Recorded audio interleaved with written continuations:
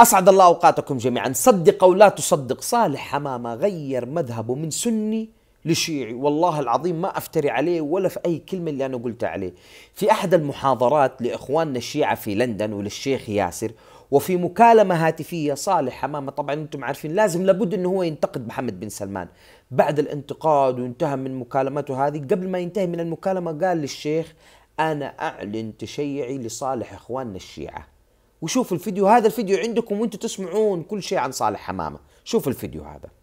أخي الكريم، أنا سلفي، أحد أقارب أكبر مشايخ السلفية، والله الآن إلى الله من هؤلاء الخونة المدلسين الذين كذبوا علينا سنين طويلة. وأنا خجلان هذا نهاية المدلس الذي كذب علينا أمام التلفاز وأمام الملأ، وأقول له قبح الله وجهك وسود الله وجهك في الدنيا والآخرة. ثاني نقطة يا شيخ ياسر، هم يخوفوننا دائما من السماع للمخالفين، لأي أحد يخالف منهجهم، ويزكون أنفسهم دائما بأنهم أصحاب الحق، والذين يخالفونهم هم أصحاب الكفر والشرك والبدع. والله سبحانه وتعالى يقول: فلا تزكوا أنفسكم هو أعلم بمن. وهؤلاء والله إنهم مدلسين، وإني من اليوم أعلن تشيعي بإذن الله سبحانه وتعالى. اللهم صل على محمد وآل محمد وعجل فرجهم والعن أعداء. هنيئا لكم أخانا العزيز.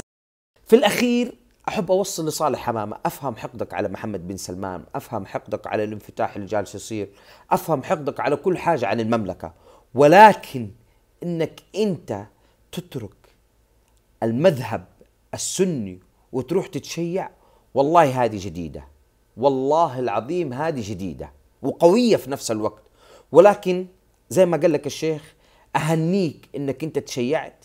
أنا أحب أقول لك يا صالح، أهنيك إنك أنت في المقام الأول خسرت دينك، وفي المقام الثاني خسرت وطنك، وفي المقام الثالث خسرت أهلك وأسرتك وأحبابك وكل محبينك.